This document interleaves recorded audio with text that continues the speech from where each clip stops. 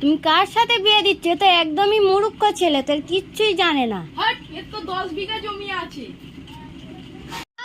আমাদের ঘর থেকে ঘুরে আসেন, মা আমাদের ঘর থেকে ঘুরে আসেন। তুই এত খুশি কেন? আমার জানো বিয়ে হয়েছে, আগের মতন ফর্সা ধবধবে। এত শিক্ষিত, কোন না জানা শিক্ষিত ছেলের সঙ্গে পেল গিয়ে। তুমি কি কথা বলতেছো?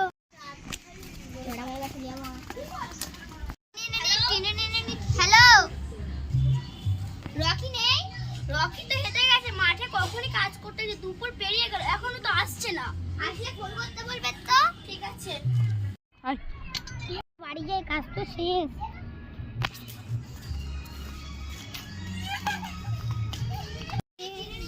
হ্যাঁ বলো, কি করছিলে এতক্ষণ? পেঁয়াজ তুলতেছিলাম। সারাদিন মাঠেই পড়ে থাকবে? হ্যাঁ, চারদিকে পেঁয়াজ পড়ে আছে, আর কি আর করব। পরীক্ষা রেখে দিচ্ছি, ঠিক আছে? এই চ, আজকে পরীক্ষা দিয়ে আসি। কেমন হবে কি জানি না বাবা, কিভাবে হবে পরীক্ষাটা দেব ভেবে পাচ্ছি না।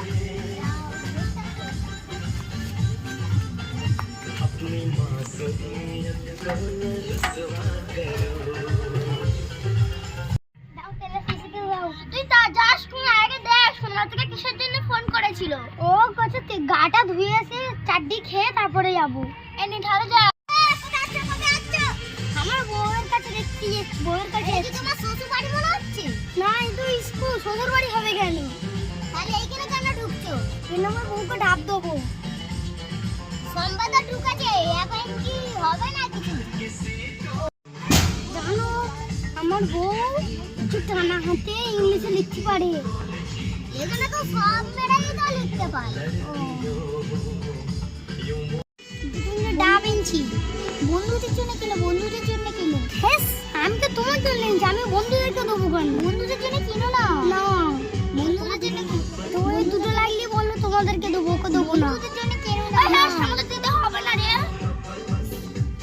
তিনি কেমন চললো?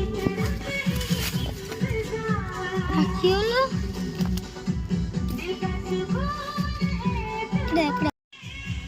বাবা বাবা, তুমি কেমন ছেলে ছেড়ে দিয়েছো? মূর্খ গাইয়া ভূত। তোর যেটা পছন্দ নয় ওটা আমি দেখতেছি, তুই যা। কেমন ছেলের সাথে আপনি বিয়ে করে গেছেন? কেন, কি হয়েছে? ওই ছেলে তো গাইয়া ভূত, কোনো কিছু জানে না। আমার মেয়ে বললো। দুটো একসাথে বানাচ্ছি তা দেখি।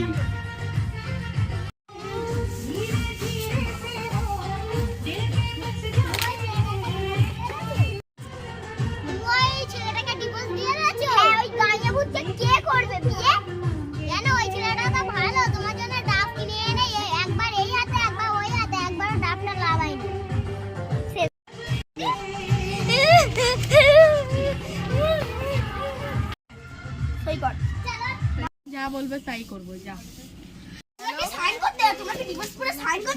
তোমার ভাইয়ের সাথে আমার মেয়ের সাথে বিয়ে হবে, আমরা ডিভোর্স দেব না।